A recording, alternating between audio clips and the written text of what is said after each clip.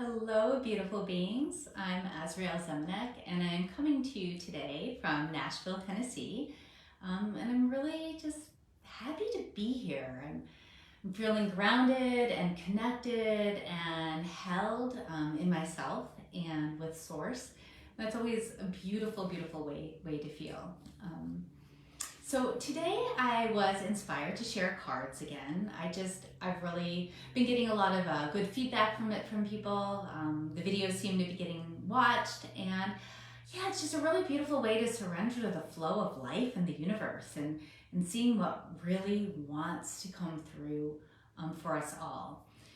So yeah, first I think I'm going to just close my eyes and sort of just tap in and see if there's anything that comes through, and then know as I draw the cards for today, they're definitely for the collective, but they're also for you. If you have a specific question or reading or something you'd like clarity on, know that each card that I draw today does have a resonance. If you're watching this, it's bringing you the wisdom and the insight that you need to know. Oh, first message that comes through from the universe and from the energy is give yourself permission, including me, give myself permission to surrender into the deep depth of being. The words actually that came was surrender into the darkness, but it's not the darkness of like the chaos. It's not the darkness of the swirl or the energy. It's the darkness of this time of year. It's the settling into the depths of nature, the slowness and the stillness, and noticing where is it that you can find more space? Where is it that you can find the rest? And where is it can you allow yourself to be held by the rhythm and the vibration of the earth? Yeah, we all got these stories, and the other message, and I feel it with beautiful Kuan Yin behind me as well, is this beautiful energy of compassion and self-compassion, because some of us are really busy, or we get into this idea of not having the time or the space. And that might be very, very true. I understand that that can be my story a lot of the time. And it might be life for you or for me at the time. So compassion for not being able to do it as much as we think. And what I was going to say before that word came was, where can you find that depth of stillness within yourself?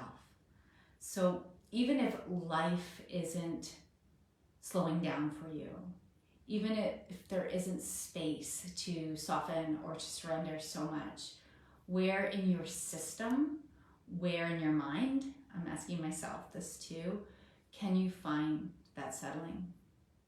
Where can you find the pause between the sacred breaths? Where can you soften into the flow of stillness? And what is it that you need to do to slow down and be embraced by this earth and by this sacred season? And if you're in Australia watching this, where can you jump into the light, right? Very different time of year for you. All right, I brought my 3 favorite decks. I promise I'll bring some other decks sometime. And we'll start, as we have the past few times, with a Sacred Herb deck by Maya Toll. Just connecting with the earth, again, is so important. And if there's anything that we needed to know right now, or anything that you needed to know right now, what is the message coming forth? So give gratitude to my guides, my angels, and all of the energies that are here working with me for the good and only the highest good of all beings. Beautiful. Exuberance, quietude, passion flower. So when I think of passion flower, I think of summer, right? I think of that brightness of summer, that passion and the inner flow within. You can look at it, it's just like smiling and bright and alive. And here I am, right? That exuberance. And yet there's also the word quietude, which really relates to what I was saying before. Where can you settle in your system? Or what are you needing to do that can allow your passion to shine? Each of us has this inner light, right? And there's times when we're alive with this inner light. There's times when we are so bright and so connected and like, I shine, right? And then there's times where we feel like, what light? Like, who am I? What about my identity? Or, I don't shine. You still shine, even when you feel like you don't. But when are we not in alignment? When is our system moving too fast or perhaps too slow, where we're not able to connect with that radiance, with that exuberance, with that Shakti? And so the question, it's actually a question that this beautiful card brings up. Oh, it's so beautiful. Is where can you find the space, or what is needed for you to come into resonance so that you can delight in your own radiance? You feel your own radiance. And I'm using radiance instead of exuberance. What is the missing piece right now that's holding you back from knowing, here I am. Here I am. For those of you that might have had specific questions on timing, it's there. I think there's things coming online for you and alive for you, but there is a need to step in to a space of receptivity and perhaps a little bit of quiet again, letting the seed sprout on its own. Okay. So for the second card, we're going to be working with the Ascended Masters deck. And just seeing if there was any guidance that wanted to come through. Any specific guidance for me or for you, or for the collective as a whole right now. What would it be?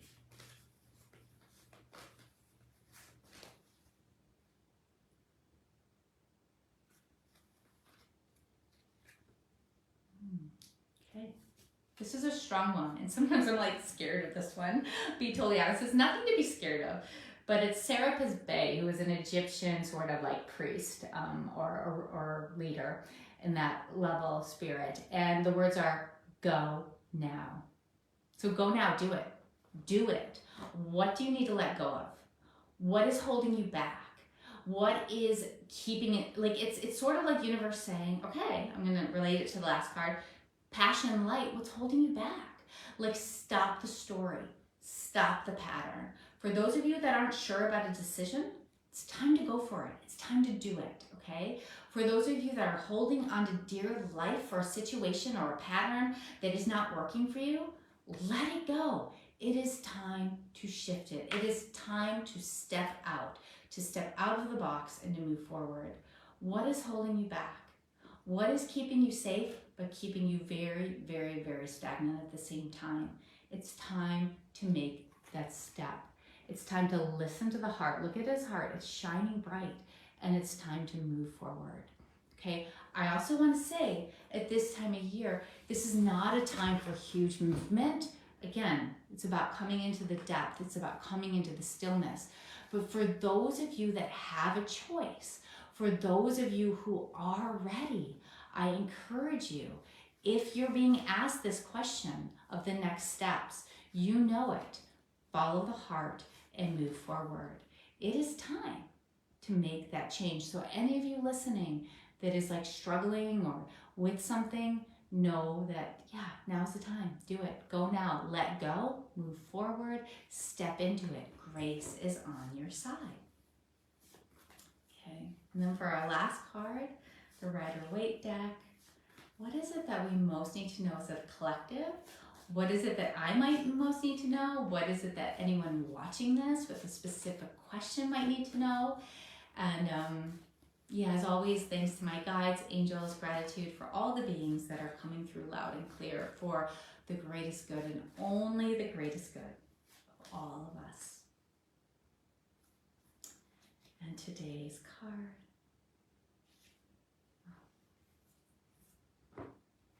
King of Wands. Powerful energy, powerful support for creative ventures, support energy. For those of you that might have had a love question, okay, there's energy, there's flow, there's creativity there for you. There's something there that's supporting you. Go for that beautiful fiery man, that shaman, that, yeah, things are alive. For those of us that aren't necessarily thinking about love or romance or in this way, this is a really potent time. What I'm getting collectively is that there's perhaps something shifting in the divine masculine. It probably doesn't feel like it's so much when we look at world events, but things are coming online for the divine masculine to take root. For those of you already in the practice, the men watching that are already in it, more empowerment, more creativity, more flow. On the collective level, I think some things coming online where some of that divine masculine can be more centered in the heart instead of the masculine being centered down in the root, right? I think that when we look at this as a level for us, just as a whole as well, that there is support for creativity, flow, and energy, and movement, that we are supported. There's a quiet fire burning. It's not about a flame or moving. It's about getting into our heart, trusting the process, and knowing that life wants to move through us. Again, creativity and dynamism comes in here. Something that's coming to me, and in some ways it doesn't make sense, right? Because we're not at the new year yet. Even if we look at solstice as the new year, that will be when I do my next reading, will be around that time. But someone sent a newsletter out when they were talking about the numerology, right? And next year's numerology is the energy of one. And so I think this is leading us up to new beginnings, the ending of 9 of this 2025 year and moving into the year of 1 with 2026 is going to be very, very powerful. And so getting ready for the creative force that's going to move through us in a grounded way. And so I think what I want to leave you with is, how can you settle? What do you need to do to settle so that your radiant heart can shine, so that creativity can flow through? And for those of you that are faced with a decision, trust in your heart, go for it, do it. Whether it's leaving or letting go of something, or whether it's moving towards something that scares the hell out of you, but it excites you. The time is now. So I don't always see your comments when they're live. So if you're joining me live, thank you so much. And if not, thank you for watching. And I'm just sending you so much love. I'll be back in 2 weeks. And I wish you the most beautiful, beautiful, beautiful day. Bye.